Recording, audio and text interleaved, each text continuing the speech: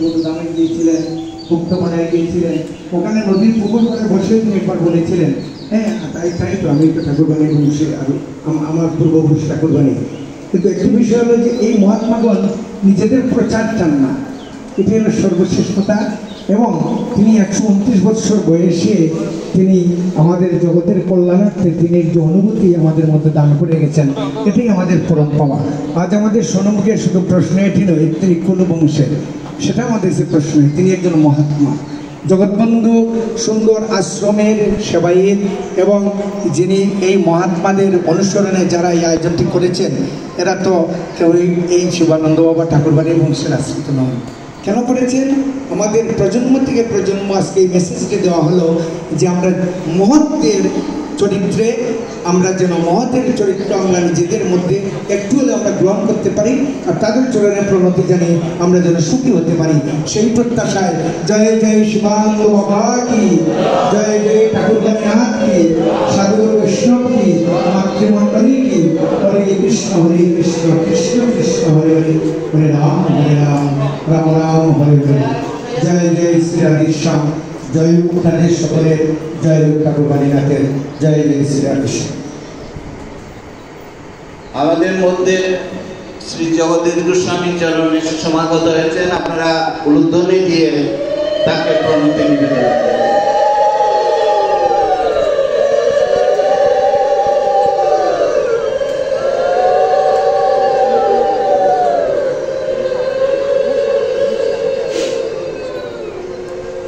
শ্রী পার্থ ঘোষ মৌলভীবাজার।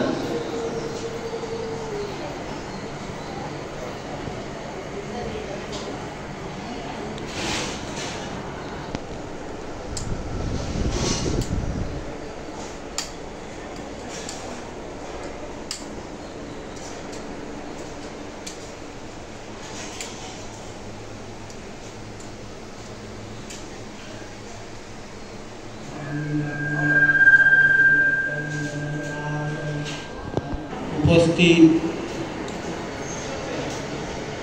সকল সাধু বৈষ্ণব ভক্তবৃন্দের চরণে আমার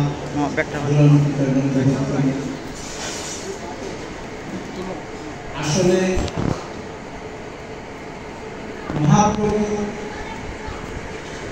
রঘুনাথ দাস গোস্বামীজিকে একটি বিশেষ শ্লোক প্রদান করেছিলেন, যে শ্লোকের মাধ্যমে, যে শ্লোকের অর্থ বুঝতে পেরে রঘুনাথ দাস গোস্বামী সহ সর্বগোস্বামীগণ তাদের জীবনকে ধন্যাতিধন্য করে দিলেন। সেই শ্লোকটি হচ্ছে ত্রিনাদ বিশুনিতে তরুণীব সহিষ্ণুনা ওমানিনা মানদেন কীর্তনিয়া সদা হরি।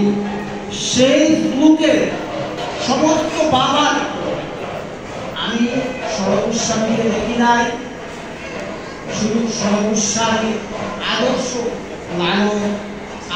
পালন করার চেষ্টা করছি, কিন্তু শিবানন্দ বাবাকে দেখি। শিবানন্দ বাবা প্রত্যেকটা কর্মজীবন উপলব্ধি করলে বোঝা যায় যে ত্রিনাদ কৃষ্ণমূর্তি কিভাবে সকলের মধ্যে প্রচার করা, সেই শিবানন্দ বাবাই আজকে আমাদের মধ্যে এমনভাবে আলোড়ন করে গেছে যেন আমরা দিক থেকে দিগন্তে, দেশ থেকে দেশান্তরে আমরা সেই মহোদয়ের সেবায় নিজেকে নিয়োজিত করতে পারি। আজকের এই স্মরণ উৎসব সেই আগামী দিনের পথ চলা, সেই আশাবাদ ব্যক্ত রেখে উপস্থিত সকল সাধুগুরু বৈষ্ণব তথা আমার পরম পূজ্যপাদ জগদীশ কৃষ্ণ গোস্বামী মহোদয়ের শ্রীপাদ পদ্মে আমার অনন্ত কোটি ভুলন্টিত দণ্ডবোধ রেখে আজকের মতো এখানে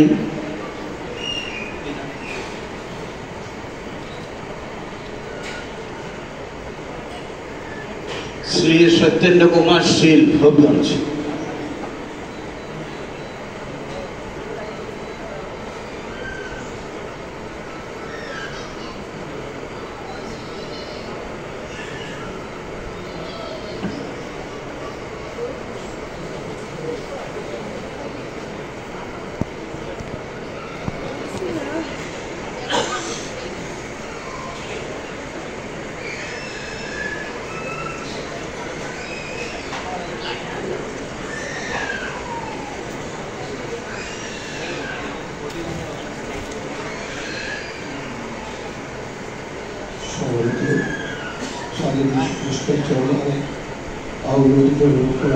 করছি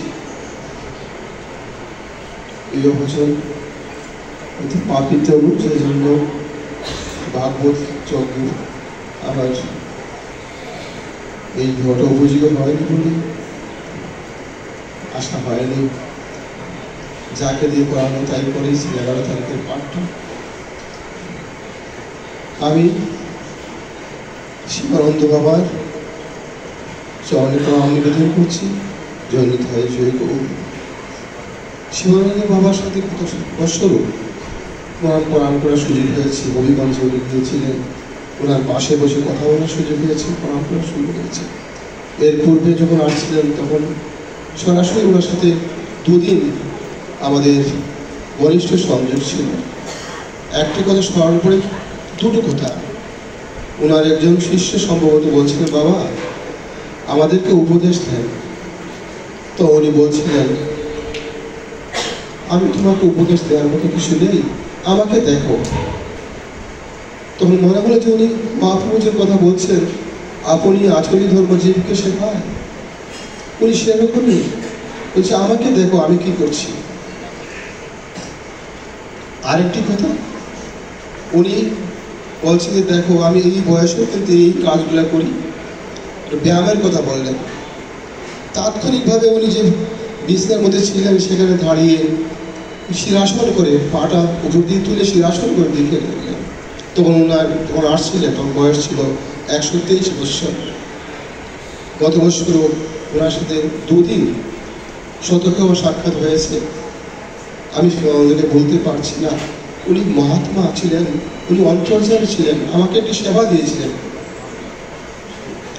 এর আগের বার যখন আসেন সম্ভবত 19-এ, যে ওনার কতগুলা বাণী সম্বলিত বা ওনার জীবনী সম্বলিত কতগুলা স্কিম ছিল, যে বাবা তুমি এই কাজটা যদি করতে পারো ফটোকপি করে দিতে পারো। আমি মনে করছি আমার সেই কথাগুলা, যে আমি কোনো ভাগ্যবান ছিলাম সম্ভবত, আমি সেই ফটোকপি করে দিয়েছিলাম। আমি শিবানন্দ বাবার চরণে উনি